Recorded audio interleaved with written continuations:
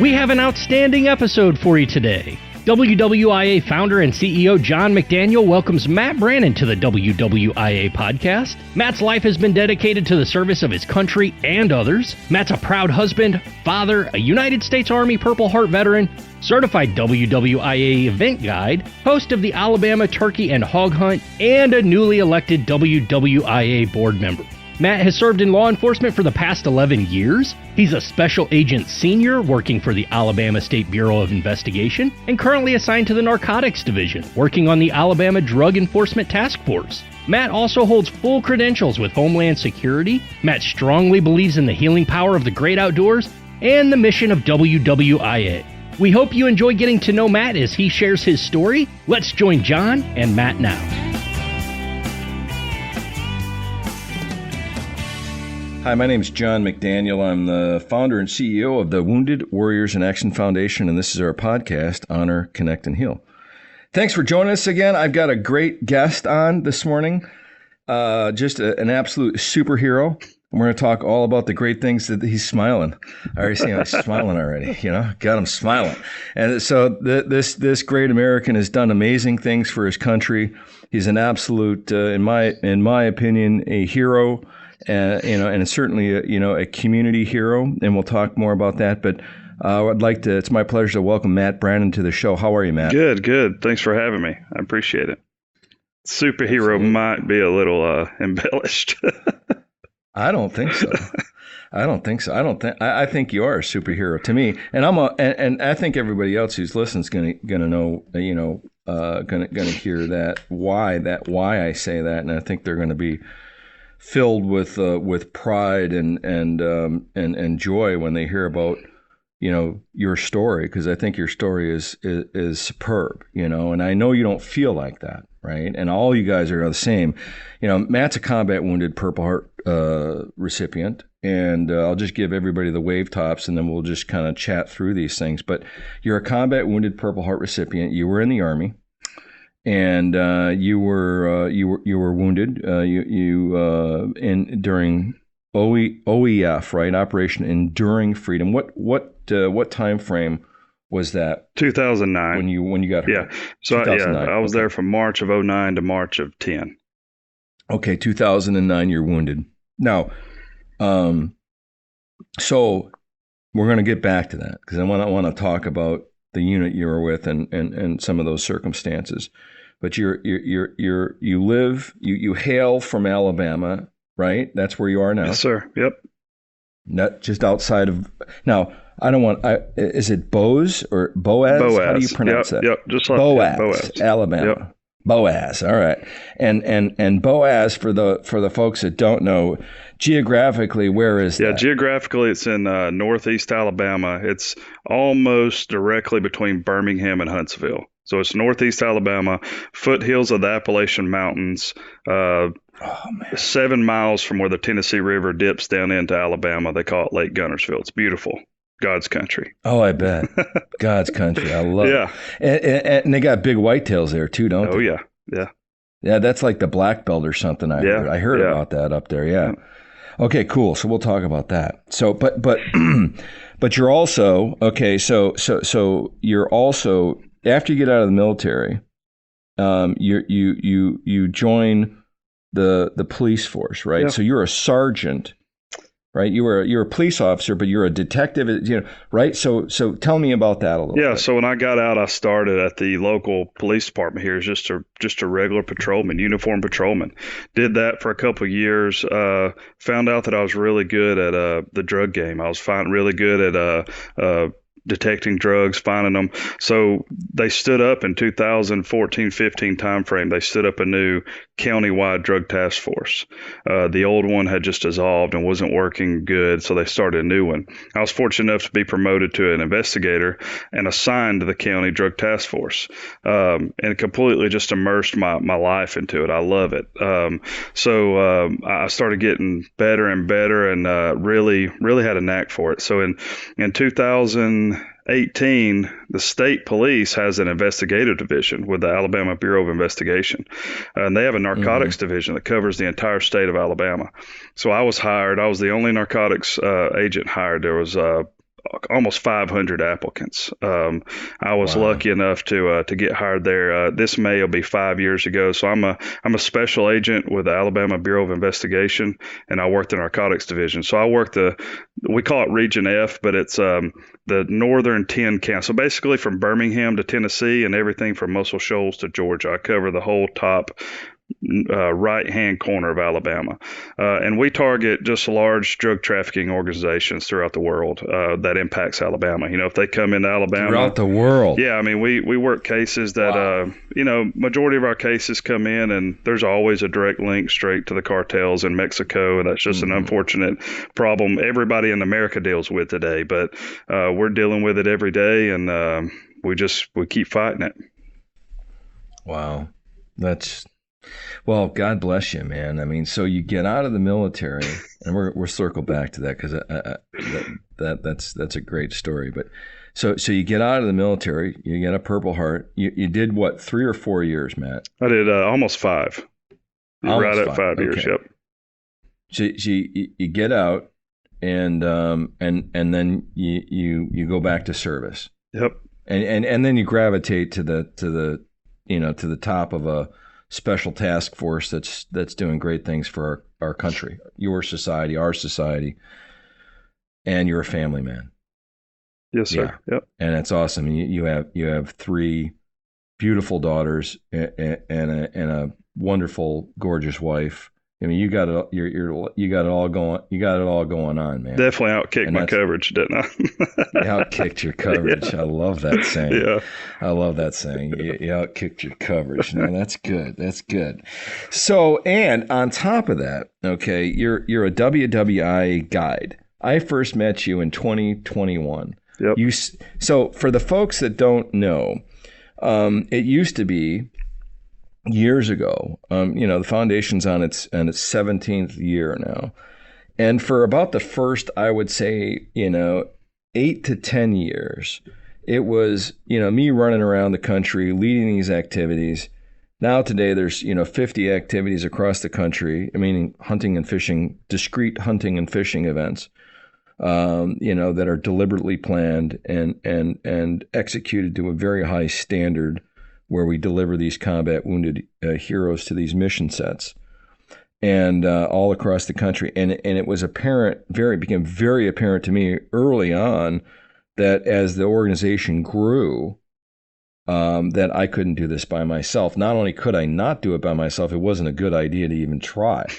The real strength of this thing, in my opinion, always was with, men and women like you, getting you involved, getting you to take leadership positions and lead your peers in the field environment. I thought that's got to be the combination.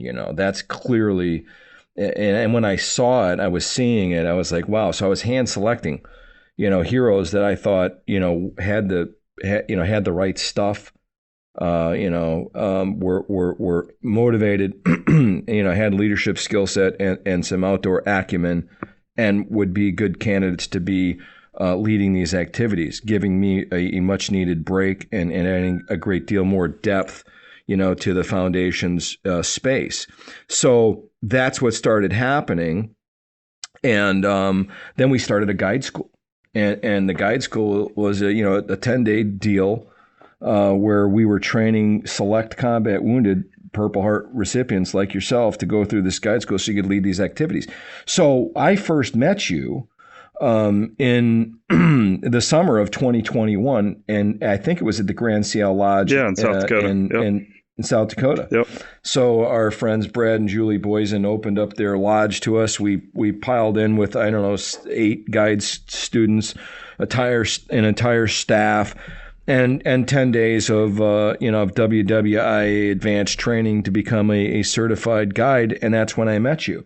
And what impressed me most about you, Matt, I got to tell you, was at the end of the school, as a graduation requirement, and everybody's tested multiple times, everything from advanced knot tying to academics regarding the outdoors, different species of animals, and lots of conservation and lots of ethics, and how to deal with heroes and some of their issues. I mean, this is a holistic guide school that is designed around our activities and what we do in the field and the effects that we're trying to achieve. And at the end of that, we have a board.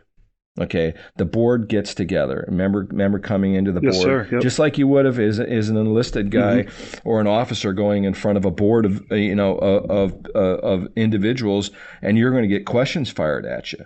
Now our questions aren't like the same questions you probably got when you went in front of a board in the military, but they were similar. So here are these board members sitting down asking you questions, and I remember watching you very carefully consider the question. Everybody else is like, boom, and they just got an answer for you. But you sat there a couple times and you thought about it and then you responded. And your responses were all so genuine, were all so humble. I thought to myself, wow, this is an amazing individual. And I was really impressed with every answer that you had, because they were all wonderful answers. You were very humble about it. You'd given it great consideration, and I just thought you performed better than anybody on the board or any of the students during the board session. I genuinely do, and I wanted to mention that. Well, thank you. I appreciate that. Yeah. Yeah, I was nervous in there. Some of the guys I look up to most, yourself, and then Jake Whipke. Probably. I mean, Whip. Yeah, he is what I consider, when I go to these events, people start talking about Whipke. I call it, he's the OG, the original. He's one of the go-to guys. Yeah. He's kind of our, as a guide myself, as a guy that takes associate on these events. Whipke is kind of the standard. He really is.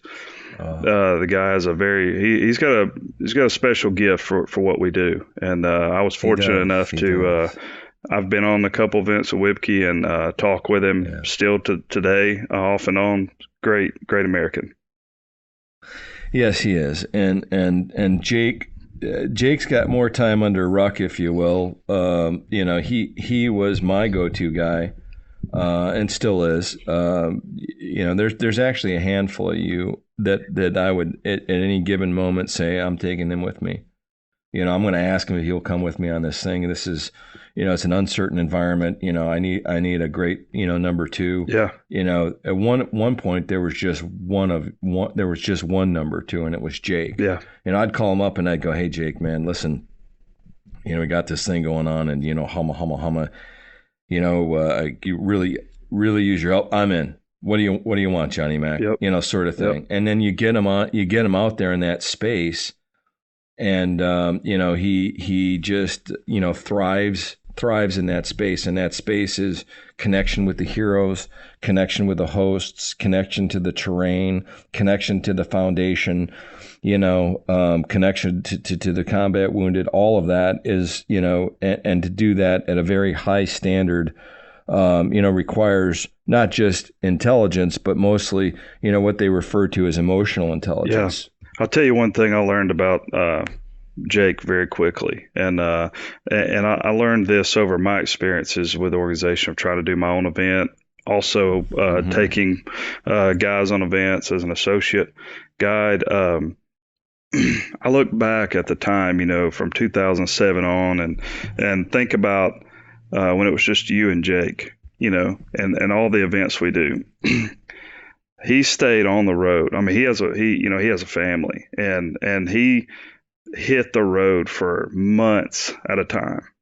Literally. Oh, yeah. You guys both did, just gone.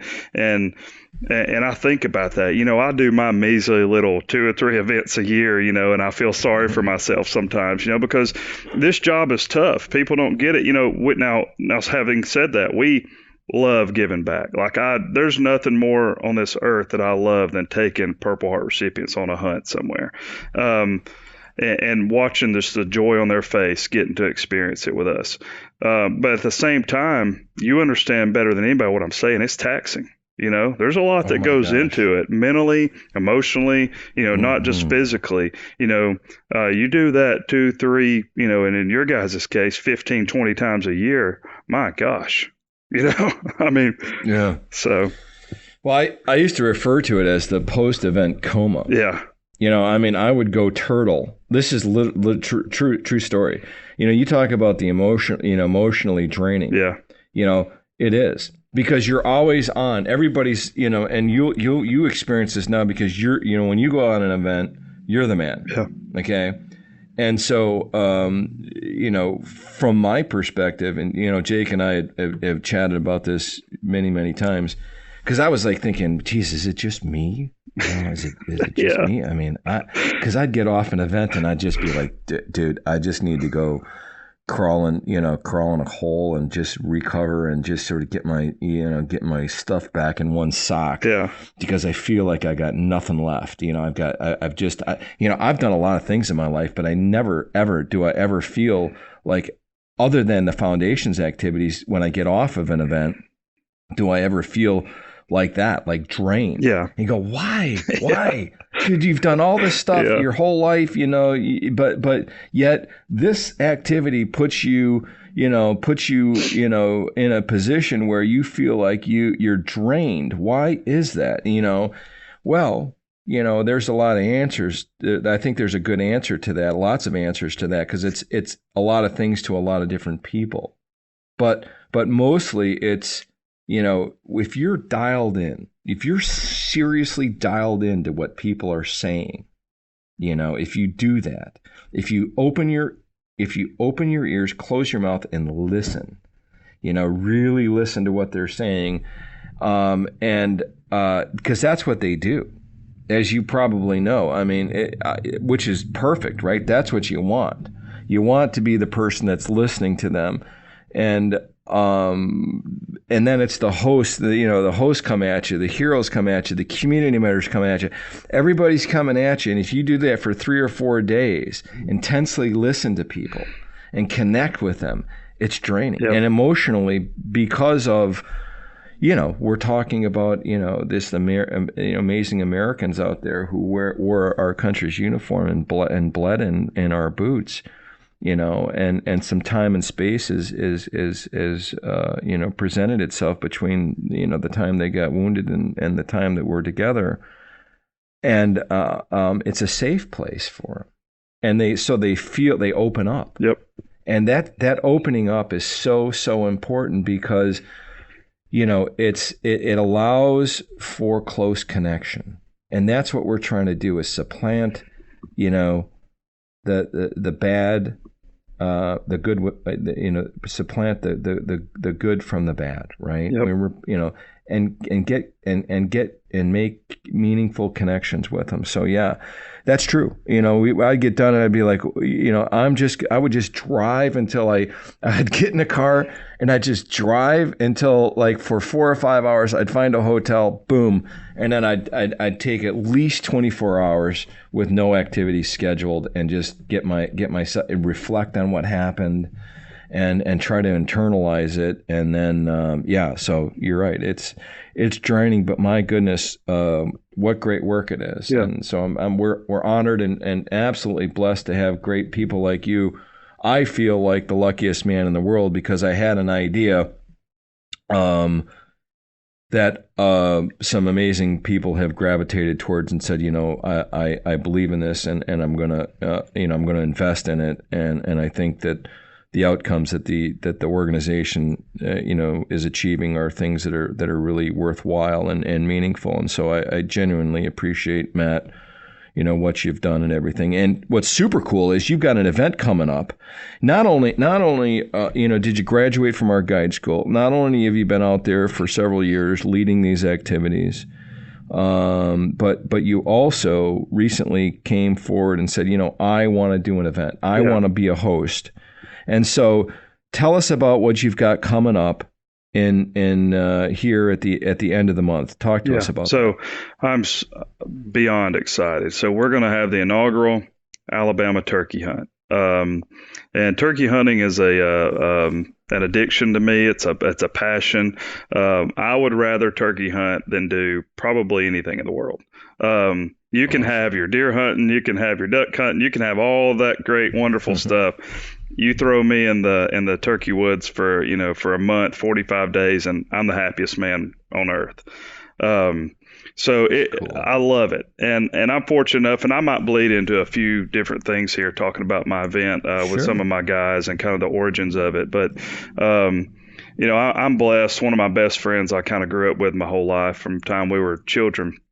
He's got an amazing piece of property. I mean, truly world class. I mean, when you talk about the black belt in Alabama, it is dead in the middle of it. I mean, it is Mecca. Oh, wow. It is I've never been up there, by the way. Oh, man. Yeah, I've never been up there. It's amazing. It's awesome. Well, I'll tell you this. The number one place to turkey hunt in Alabama, if you want to pay and go on a guided hunt, is Bent Creek. Well, his property butts up to Bent Creek. And it is absolutely amazing. It's 4,000 acres. They maintain it, food plots, green fields, right-of-ways, the roads, you name it. I mean, it's truly going to be an experience for these guys. So, we've been hunting down there for years, and I just thought, man, I love turkey hunting. And the thing about turkey hunting that I love is not even harvesting a turkey. My favorite part of a turkey hunt is getting out there every morning, and I plop down, I sit up beside a tree, and I listen to the world wake up. I watch the sun start breaking that horizon, and that little light come up, and the first bird starts chirping, and the other bird, and the squirrels bouncing around the ground. And it's truly like the greatest feeling in the world. It's just you and God's creation. Nothing else matters. And I've had some of the best times of my life just reflecting, sitting on those trees, watching the world come to life. And, that's kind of like, that is what these hunts are for. We're healing these guys, and we all believe that there's a special power through God's creation of our outdoors that, directly with our souls allows these heroes to get in the outdoors, enjoy that, and help them emotionally heal themselves. And that's what it's about. That's what we're doing. So, I hope these 4 guys that are coming in, I've got 4 of what I believe are, the best turkey hunters that I know. I mean, these guys are the real deal. They are turkey killers, man. I mean, if there's a turkey in the woods, they're going to find it. It's coming. Oh, it's coming. And they're good guys. They're just great people. So we're going to go down. We're going to go to the black belt. We're going to hunt turkeys for 3 days. And hopefully we're going to go 4 for 4, and we're going to come home and have a really cool story. We're going to do a steak dinner the last night you're coming to, and hopefully we have some really cool stories on that. But I'm excited. It'll be our first year doing it. I think it's going to be these guys are in. We got some pretty cool surprises for them too. They're going to be in for some cool stuff. That's so great. I got to tell you, we had one of the first events that we did outside of Wisconsin, because it all sort of started between Florida and Wisconsin, because that's where I was hanging my hats. But was a place in Alabama, and it was Southern Alabama, and the host name was Lambert, and he's no longer with us. He's passed on since, but my first, real turkey hunting experience was in Alabama, and on Mr. Lambert's property, and we did that for years. And I got turned on to all kinds of stuff, from red eye grits to roll tide. Oh yeah. What I learned about Alabama was, when you don't know what to say when you're there, just say roll tide. Say roll tide. And it'll just say roll tide like that, and you're going to get through something, and you're going to get, the doors start opening up. Yeah. Even if, and I do really admire, your football team. You can't help but admire that, what that program has done over the years, like it or not. I'm a Wisconsin boy who, has a connection to the Alabama football team and the culture because of the foundation. And we had several events in Alabama that have come and gone over the years. So I'm just really excited to be going back to Alabama, because I'll tell you, the people, I don't know. I'm a Yankee. I mean, I'm a born and raised Yankee, but over the years, because I spent 20 years in the military, and everywhere from Louisiana, Georgia, Alabama. I've been all over the place. My eyes have been wide opened to all these amazing communities and the richness of the different cultures in America. Yeah. And I'll tell you, one of my favorite places in the world is Alabama. I absolutely, and it's the people. Yeah. It's not just the opportunities; it's genuinely the people. And I have such a soft spot in my heart because you're patriotic, you love the outdoors, you've got a connection to higher being. Lots of faith in Alabama and the communities in Alabama. And I just really, really, really love it. And the food and everything is just awesome. So, we're really proud of what you're doing, because that's leadership, my friend. You stepping up and engaging your community. That's what that's what makes the organization stronger. Yeah. The more people that you can turn on to, what we're doing, why is it important? And what are the results? That's super important. And, we don't have to go too far back in our history to see where our returning war veterans weren't welcomed home, and I don't want to go into that too deeply, but it back, after Vietnam, we all know that, that wasn't a great time for our country. Yeah. Well, we've learned, okay. And I think we've progressed a long way as a country. You talk about the strength of the, of community, the strength of the nation, and it's got to start somewhere.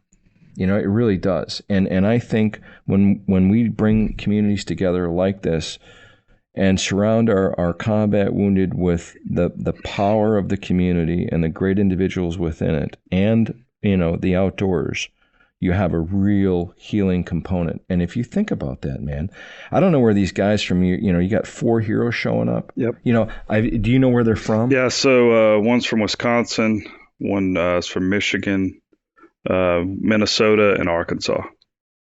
See, there you go. Perfect, right? Yep. I mean, who doesn't want to see? And again, that's a huge component, of the foundation. Like, if you live in Wisconsin and somebody says to you, "Hey man, you want to go hunting whitetails?" You go, "Well, yeah, but that's what I do like all season long." Why? I mean, sure, I'll go to your property and we'll go hunting whitetails, but this is what I grew up doing, so it's not that special. Now, on the other hand, if you say you're from Wisconsin and somebody says, "Hey man, would you like to go down to Alabama and hunt turkeys?" Now you got my attention. Like, yeah, who doesn't want to go do that? So you got guys coming from all over the place, to a central location. These guys don't know each other, and what I can promise you, because of your credentials and because of, who you are, you guys are going to bond like almost instantaneously, and it's just going to be super cool. It's going to be super exciting. You got great, and your community is just going to open their arms to these guys. Yep. And this beautiful property you're going to be on. Yeah. And I'll tell you, Bent Creek. What's cool about this event is kind of a little background was, when I got out of the Army after 5 years in 2012, when you're in the military, you're still in that mindset of everything. You're just mentally tough. I mean, you've been through it. And so you don't think about things until you get out, and you're like, oh crap, man! Like I gotta freaking live a life now. I got two at the time. I had 2 kids. I was married with two daughters, and I thought, man, I've a new job, new experiences, trying to move back home, bills, things you were just on autopilot in the military, And so you didn't have to worry about where your if your paycheck was going to be there. Yeah. And so I'm dealing with that now, so those added stresses, and then, things that had happened in the military, when I was wounded and I got out. And one of the first times I had, you'll hear me talk about Kyle, and I'm referring to Kyle Bennett, who owns the property. He's one of my best friends. So I run into Kyle at the local gun shop one day, and he's gearing up to go hunting for that weekend. It was deer season, and I hadn't seen him in years. He said, hey man, I didn't know you're back home. What are you doing this weekend? And of course, me, I'm nothing. I don't have anything to do. He's like, hey, pack your bags. You're going hunting. Didn't even give me a choice. He just said, hey, I'll pick you up. Swing by and picking you up. We need to catch up. Well, what he didn't know was how bad my storm was. How bad I was struggling. And I really was. I was in a storm, and I was in a dark place. And so he took me down there for that weekend, along with some other friends of ours, and we deer hunted. And I sat out there and watched the world wake up 3 or 4 days. I watched just the beauty of South Alabama, and then I sat around a fire at night with some of my best friends I've known my whole entire life, and talked. And and so what he didn't know is at the times he probably saved my life by doing that. Wow. And so by sitting there, I thought, every veteran like myself needs to experience this. I want everybody that I can connect to, that I know, I want them to know that God has a prescription to heal them, and it's not pills from the VA. It's not, you name it, it's out here. And so that kind of lit my fire on my journey to what eventually crossed my roads with Wounded Warriors in Action Foundation, because I was on fire for this healing now. And so I thought to myself, because I didn't have a clue what Wounded Warriors in Action was, or any organization. This was all foreign to me. So I started researching, and I would spend hours online looking at foundations, organizations, hunting trips, and thought about, because I wanted what I thought I wanted to do. Little did I know then, I was like, oh man, I'm going to start my own thing, and I'm going to heal these guys and that. Well, from what I know now, I can laugh at that, because we both know what kind of huge taking on that is. So anyway, long story short, I came across the Wounded Warriors in Action Foundation, and I filled out the application and thought nothing else about it. I just thought, well, and truth be told, I had filled out probably 30 applications to other, there it is. And, and truth be told, I had filled out a lot of those, because what I was just searching for was, I thought I wanted to do my own thing, and I wanted to learn or just see what it was about, So luckily, I get a call from Karina, also known as our mom, right? She keeps everything rolling, she keeps everybody in line. She's a very important piece of what we do. She's great. Absolutely. Karina calls, and she was the nicest. And I think I actually wrote, I don't know if it was online, if it was an email, however you get it, but I actually wrote a comment about, or an email back about how just genuine and nice Karina was. I mean, she was just so easy to work with. I read it. Yep. Yeah. And so I thought, man, I'm already impressed with this place. I hadn't even been on a hunt, and this lady was the greatest person I've talked to.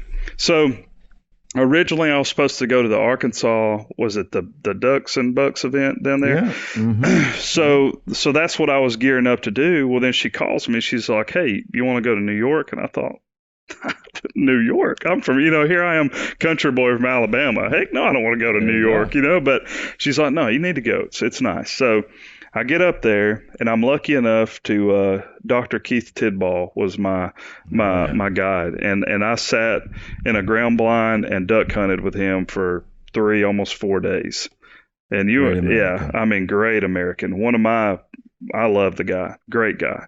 And we had a lot of discussions about life, and just, you name it, we talked about it.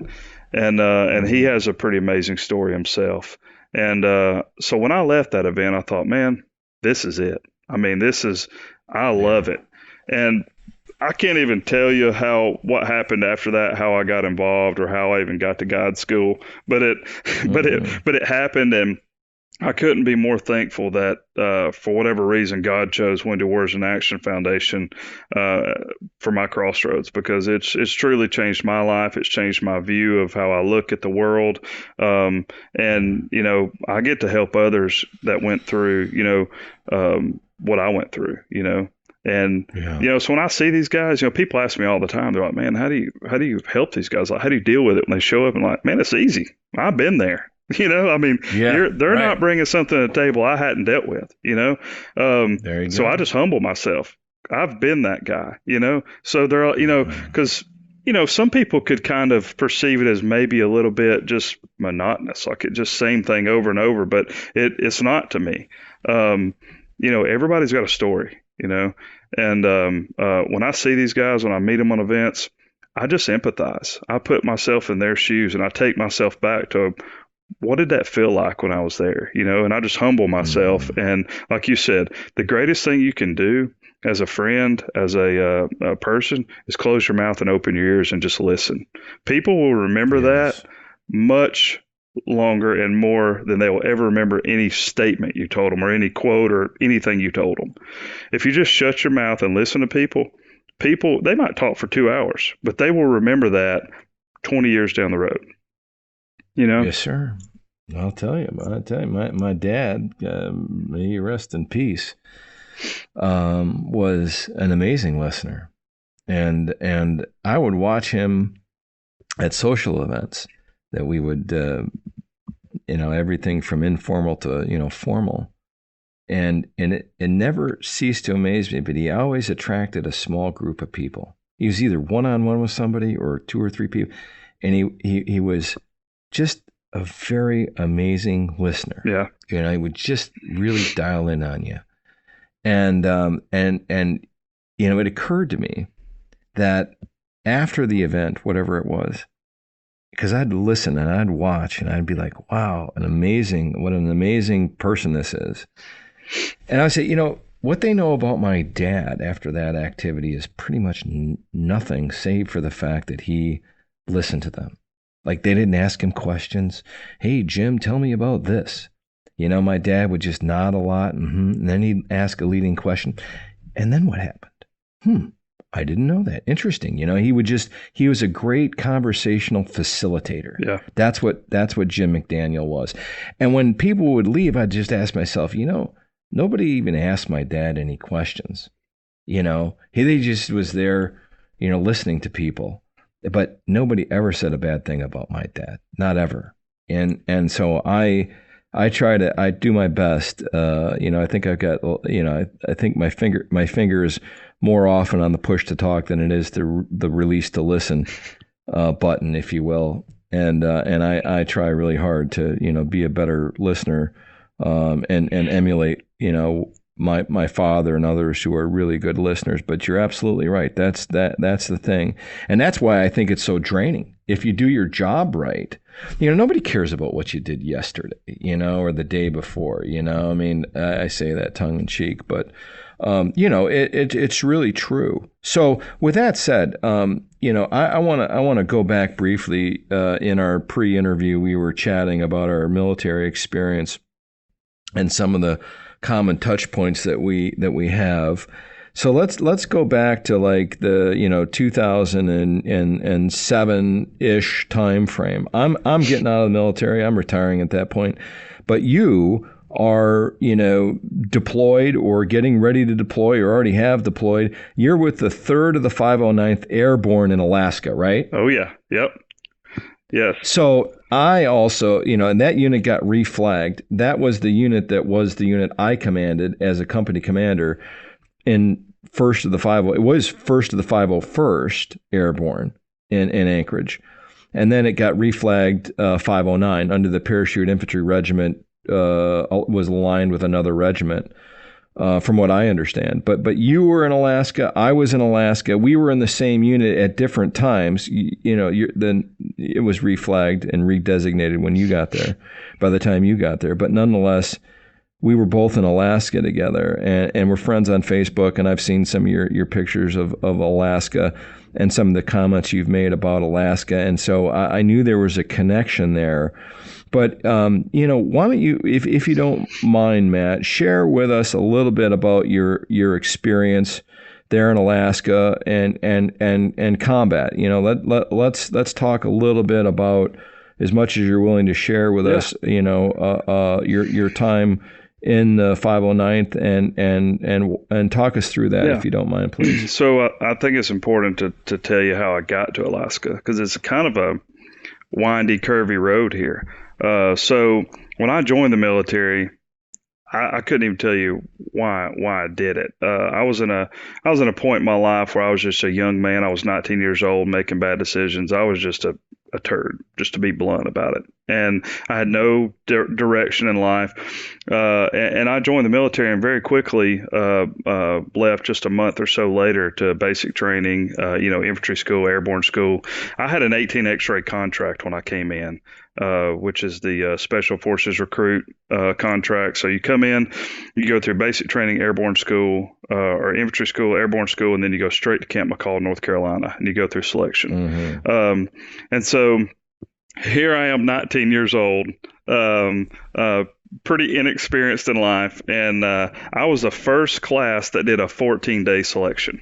It used to be, it was 21 days, and I think it is again now. But for a while, what they were trying to push so many people through, they tried out this 14-day selection thing. And let me tell you. Because the war's raging. Yeah. This is 2000. Well, I joined 2007. This is like March, April timeframe of 2008 now. So, I mean, both wars are going, so I make it through this. I mean, it was the hardest thing I've ever done in my life. You did. So before selection, you had to do this 5-week course called SOPSI, Special Operations Preparation Course. And they basically make you quit. I mean, they spend 5 weeks putting your body through trying things. To get you to quit. Basically trying to they want you to quit. So made it through that. Then I go through the 14-day selection. I'm 19 years old. I was a 14-day non-select. They, went to the board. They said, "Look, we love it. Your heart is woodpecker lips. I mean, you got the fire, but you're just young and dumb, basically. You need some experience." And so they said, "We're going to offer you this chance to go to EOD school and stay in the special operations arena. You can come back later when you've got a few deployments. You're a little bit older and wiser." I said, "Okay." So I went and I met with the first sergeant, put on the mop suit thing, did my PT test, did my interview to go to EOD school. And I ran into this E7 there, Sergeant First Class Frost, and he picked up my orders for EOD school one day, and he was looking. He said, "Did you know that they're sending guys needs of the Army right now to Alaska?" And I was like, "No, I didn't. I don't know what you're talking about." He said, if you want to go needs of the Army right now, they're sending people to Fort Richard, Alaska. He said, "I'm telling you, it's the best kept secret in the Army, and you'll regret it the rest of your life if you don't go." I said, "Okay." So I told them, "Hey, send me to Alaska." And they did. They changed my orders. And that's how I ended up in Alaska. And wow. It truly was. So I landed there in Alaska in, I don't know, end of July, 1st of August of 2008 is when I got in Alaska. And it truly was, man. It was that unit, that Fort Richardson, it's the best kept secret in the Army. It's small. It's everybody knows everybody. You know what I mean? I mean, from the top guy to the you're bottom. You're king of campus too. Yeah, you're the king of the campus. And it's the airborne. Yeah, airborne unit. It was amazing. I loved my time there. So that was in August of 2008. We go through the whole train up thing. We deploy. We were supposed to deploy in November. Of course, that got pushed back. Anyway, we ended up deploying in March of 2009.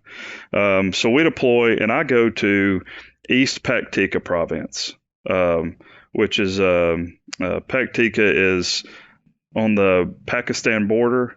Northeast, so it's in the foothills of the Himalayan mountains. I mean, our base camp was about 7,000 feet above sea level. We'd go out on missions. You're anywhere from 8, 9, sometimes 10,000 feet up there. And what was the base camp name? Do you remember? Oregon E. Okay. Yeah, we were at Oregon E, and then Kop Zarak was another place we were at. But it was around like Fob Tillman. Some of those places. I don't know if you. But are you? At the time. Okay, I just for my own personal and the audience listening. Are you in? Is this your company's deployed? Your battalion's deployed? What size of organization are you when you're deployed? The battalion deployed. So 509. Okay, the whole battalion. The whole battalion deployed. Which is.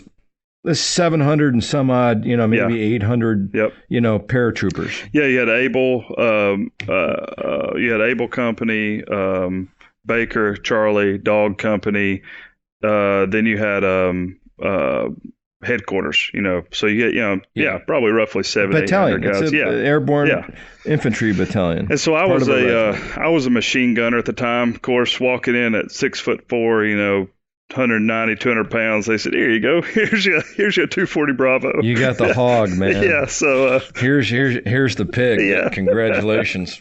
Ruck up. So we deployed in March of 2009, and so like I said, we're in the mountains over here, and I bring up the sea level thing to tell you this is we both know helicopters don't do very well in that dense air and high elevation. Not in thin air. Nope. A lot of the times it was just these two legs that got us where we went. They would drop us off as close as they could get us, and they're like, "All right, guys, we'll see you next week." Good luck. So I put that ruck on and it's in those mountains, it's tough on guys. And I had 3 or 4 guys that were on my, machine gun team that just, went down with knee injuries, just physically couldn't carry the weight. So I ended up carrying a spare barrel tripod of 240, 1,200 rounds of ammo and all my stuff. I was a one-man deal. Dude, that's a beast. And so I walked everywhere. I weighed so much I had to, when I would stop for a break, I would just fall down like a turtle. Just do the turtle. Yeah, just do the turtle. Just do the turtle, man. And so when I would get up, I would roll over on my belly in a push-up position, and they would physically have to pull my bag up and stand me on my feet. And then there I went. I was good. And then when I would stop, turtle. Unbelievable, man. Yeah, but anyways, I spent a year doing that. So. And getting shot at. Yeah. By the way. That was trying to get down. There was no getting down fast and getting behind anything. But so October of 2009, we had completed a mission, and we ended up somewhere. I can't remember what fob we're at, but it was about 80 to 90 clicks from where we needed to get back to where our house was in Fob Organee.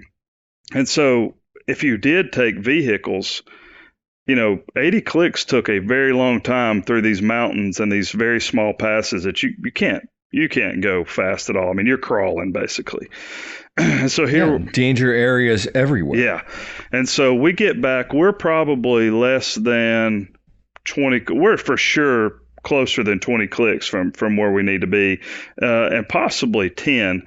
I can't remember exactly how close we got, but we got to this point in the mountains where there's like a sharp hairpin curve. You can turn and basically look back where you were, and the road is just wide enough for a vehicle, for an MRAP. We were on MRAPs then. And so but on the way back, they asked us to take some supplies back. So we had, the old jingle trucks, the Afghans would drive. So we had like a jingle truck, American vehicle, jingle, and we were spread out like that for a really long ways. Well, I was carrying the supplies that you needed to get back. Yeah. And so the trucks were, I was the very last vehicle in the formation. My platoon sergeant was riding shotgun. He had a driver, and I was gunning the 50 cal in the MRAP. So when we get to this turn in the mountain here, both sides of the road are like they go straight up on both sides. So imagine you're just in this little valley, and so they when we get to that, they blow up the truck directly in front of us, stage an ambush. And so now the jingle truck is immobilized. Of course, the driver, he gets out and literally runs. That Afghan, he's gone. So the truck's just immobilized, blocking the roadway. The next, how we staged, you want trucks, staged, 200, 300, 400 yards apart. You don't want to get too close. So the next available vehicle for me to help is a Mark 19, and I don't want him shooting back at me anyways, is a long ways up there. And you're the last vehicle, so right? Yeah. So essentially, you're isolated. Yeah, that's it. You got an immobilized vehicle in front of you, nobody to your rear. Yep. You're the last vehicle, and you're stuck in a classic ambush. Yep, that's it. And so they came off both sides of the ridges, and I can't remember how many guys it was, but it was enough for the pucker factor, And I'm just rocking this 50 cal. I'm letting it eat, because we've got guys that can't even. So the ramp of the MRAP lays down, and guys can come out, but we were getting shot at from all directions. So it wasn't safe to open the ramp and just basically get shot. So they couldn't get out. So they're trapped inside. It's just me. So I'm spinning this turret. I'm on the 50 cal, the mod dude. Yeah, that's it. And I'm spinning. I'm doing everything I can do because I'm just thinking, I've got to keep them at bay. I've got to keep them at bay, Yep. you know, and so I'm spinning and shooting. Luckily, God rest his soul, the driver is not with us anymore. We lost him to suicide several years ago. The guy saved us. They gave me an award for saving their lives, but he truly saved us. He didn't even ask anybody, the platoon sergeant, nobody. He put that bad boy down and drive and just rammed that jingle truck off the side of the mountain because the driver of the jingle truck had fled. He left. So there's just this immobilized truck. He just ran and shoved that truck off the side of the mountain and cleared the path where we could get out of there. And if it wouldn't have been for that, we would have been overtaken. So let me back up. So I'm spinning, I'm shooting. Wow, great thinking, right? Yeah. And so I'm shooting and I run out, 100 round, bucket of ammo on box. Yeah. And so in our infinite wisdom at that time in the military, a lot of guys were getting wounded from, being shot while in the turret. So we had built these metal plates, so to speak, directly in front of the 50 cal. And it's a shield. Yeah. Well, guess what you got to do to reload that bad boy? You got to climb over that stuff because you can't. Yeah, those things are heavy. You're not just going to pick it up and move it. So here I am hanging, out of the turret trying to reload this ammo, and they shoot an RPG, and I can't remember if it made impact with a truck or if it just exploded nearby, but it rocked my world. It exploded, shrapnel through my hands, my arms, and so. After that, I don't really remember a whole lot. It was kind of one of those moments where, it had gotten really real, but I did get it reloaded and continued shooting, and we had moved out. But there's kind of a blank area there that I don't really remember a whole lot about. But anyway, we thanks to the driver, Strawn, he got us out of there because, really, other than that. Name? What was his name? Yeah, Strawn. Matt, what was his name? Strawn. Yeah, Sean. Yeah. Sean Strawn. He. Matter of fact, when I left Alaska, a little tidbit. So I left Alaska after 3 years in 2011, and my last duty station was El Paso, Texas, Fort Bliss. And Sean had gotten moved to Fort Bliss. I had just arrived. He was a few months ahead of me. He was in another unit. I had just arrived with my family after leave to Fort Bliss, and we lost him to suicide. And I was the only person, me and one other guy, Adam Preston, were the only people that even knew him. He was new to his unit, so I remember going to the funeral, and it was me and Adam Preston there from our Alaska days. And he's one of unfortunately, we've lost 7 or 8 guys since 2009 to suicide. But rest his soul. He was the true hero that day. They put me in for a Bronze Star of Valor. I received an Arcom of Valor for that, along with my Purple Heart. But Sean saved us that day. And wow. Never got recognized for it. Well, you know what you can do. I'm gonna tell you, we can chat when I see you next, at the end of the month. But and I'll help you with it if you want. But we certainly can, get this wonderful American, recognized posthumously. Yeah. If that hasn't been done, I promise you. Yeah. Okay. Yeah. We can work on that. Okay. To do the right thing. But wow, I just got goosebumps, man.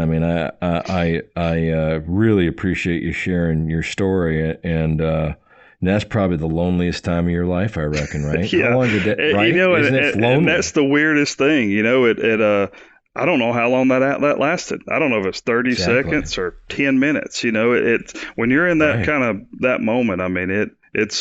It feels like an eternity, But everything's moving slow. Oh, man. That's the thing about it. Like it's like in slow motion, but yet it lasts like an eternity. Yeah. It's these two, it's a complete juxtaposition of time and space. in action. That's crazy. Yeah. Wow. That's just a great. I'm so glad you shared that with me. Thanks for. That's why we do this. I want to say one thing on the topic of suicide, since you've mentioned it, and for those that are listening, like, the foundation's been very, I don't know if the word's fortunate or what the word is, but we have an amazing track record in our ranks in 17 years, to my knowledge, and to the staff's knowledge. There's only been one person who's taken their own life, but and so when we're losing statistically, 22, whatever the number is, 2022, you hear both those numbers. Yeah.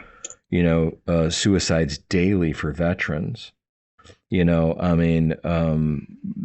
just sinful, and that's why programs like ours and the other veteran service organizations that are out there are so important, because, like you've said, you found something. Yeah. You found something that, an outlet, a safe place, something that resonates with you, some healing. You're surrounded by other people who, have, common experiences and share similar, values.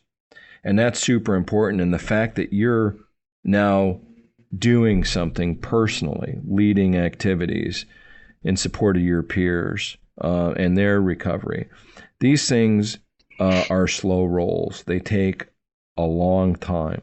This is not a sprint. This is a marathon. Yep. This healing process is a marathon. And so if there's anybody out there listening that's, struggling and wondering, what to do, feeling lost, there are pathways for you. And there are lots of pathways for you, but you've got to find one, and you've got to connect. And that's the thing. I think it's it's like our honor, connect, heal. There are people out there and organizations and communities who do truly honor and respect what you did for our country. And there are ways to connect, and lots of, connections to many different things. And so, and in that process, we can find some healing. Yeah. And so, wow, that's a great story, Matt. I started this podcast by saying you were a superhero, and you chuckled. I know you don't feel like that, man. I know you don't. But I got to tell you, in my eyes, and I think in the eyes of many, you really are. And it's just really boils down to resiliency, doesn't it? You got, you gotta be a strong person. Yeah. And even the strongest of people stumble. Well, I'll tell you this.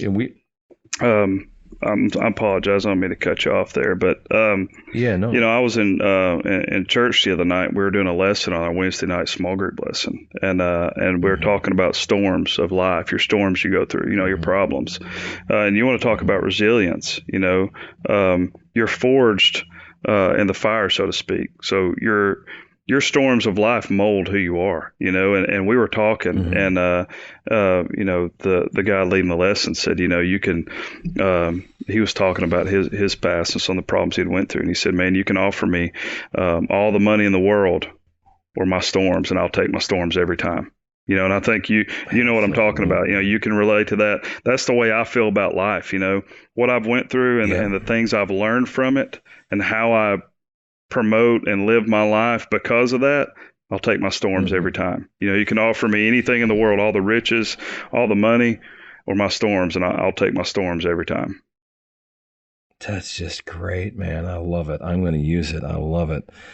Yeah, it's not what you do. It's not what happened to you. We're all going to get knocked down many times. It's what you do after you get knocked down that matters. That's right. And I'm not just talking about getting up and dusting yourself off. We have to do that. That's step one. Yeah. You got to get up, dust yourself off, and keep moving. Yeah. But it's what you do afterwards, how you internalize what happened to you, what you do after you understand what happened. And it's when you get stronger, okay, because of it, after the storm, while you're in the storm, it doesn't feel like you're building resiliency. Yep. It doesn't, and it's easy to, oh, woe is me, and just get further, sucked down into the, into the funnel. But, it's being strong of mind, of spirit, of body, and getting through the obstacle. That's what when in the military, when you talk about, breaching an obstacle. Here's an obstacle, okay? So what are we going to do with this obstacle? Well, we could go around it. Well, sometimes that's not possible. You can't go around this obstacle. Okay, so we can't bypass it. No, you have to breach. Okay, let's talk about breaching this thing. All right, what are we going to do? Can we dig under it? Probably not. Okay, maybe in some cases, but probably not. So we're left if we can't. Can we go over it? That's not really a good idea. Okay, so what are we going to do? Well, we're going to have to go right through it. We have to breach it, and that's your storm, right? And so you got to get through this obstacle. And that's the storm, right? Because you've got to get through this thing, and then when you get on the far side after you've breached it and you got everybody through it, and that metaphorically is probably yourself and perhaps others, especially in the military. But getting through this obstacle and getting on the far side of it and getting to safety and having properly, breached this thing, weathered the storm, if you will. That's the time to reflect. And you know what? That reflection probably never ends, because if it was a bad storm, there are ways that you can, go back and think through that and make yourself stronger, and then teach others to be stronger, showing others, communicating to others, because we all go through something. We're all struggling. We all have storms. That's right. We all have obstacles that have to be breached. Bypassing obstacles sometimes is avoidance, and that's not good. You can ignore, problems, but I think the most resilient people are those that head face on into it, and get through this thing, and then later are able to reflect upon, the activities and actions that got them through, and use that as an opportunity to get stronger and to help others get stronger. So it's really, really great, man. I mean, I can't wait to see you at the next month, the beginning of next month at your event. And thanks for all you're doing. Thanks for all you've done. And I'm really, the last thing I'll say here, and then I'll lateral it over to you, because we're about at the hour mark here. But we also selected you, the foundation's board of directors selected you as our Purple Heart recipient on the board. So you are also, a card-carrying board member. We've got some administrative things we've got to, follow through on, but the board voted unanimously and selected you as a member of our board of directors.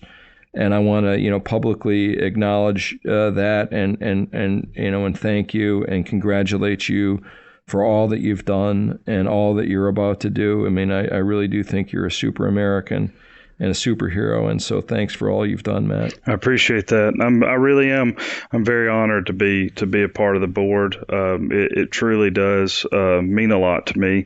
And I think Wounded Warriors in Action Foundation is the greatest of them all. There's a lot of people that do what we do or attempt to do what we do. Mm-hmm. And I'm not being arrogant. I'm just being honest. We do it the best, and we do it. The reason we do it the best is because we do it the right way, and our hearts are in it, and our minds are in it, and we truly care. Every single event has a personal touch on it, and it's emotionally and personally connected for these people, for our heroes.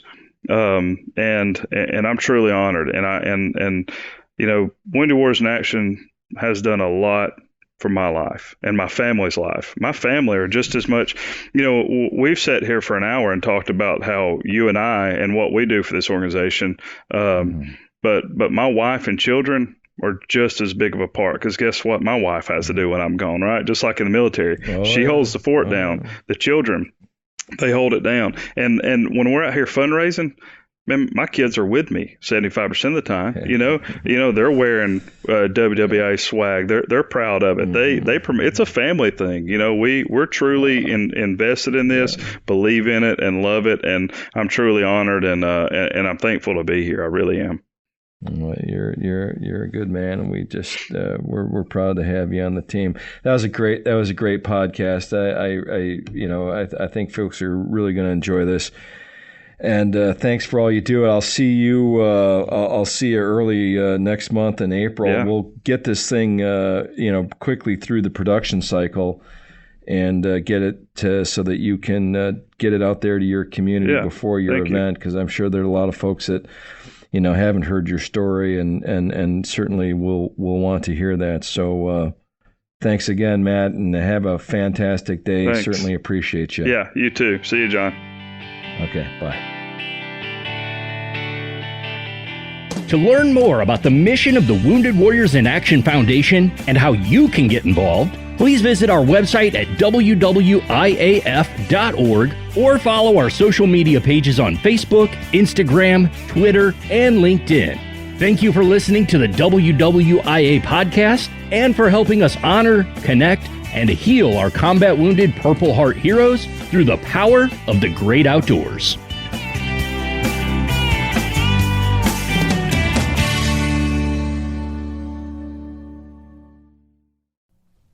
If you like what you're listening to here and would like to join our team in our mission to bring healing power and recovery to America's Purple Heart heroes, please become part of our Sponsor a Hero team by clicking on the link in the podcast notes or by going to WWIAF.org/sponsor. That's WWIAF.org/sponsor. Our heroes need you now more than ever. Thank you.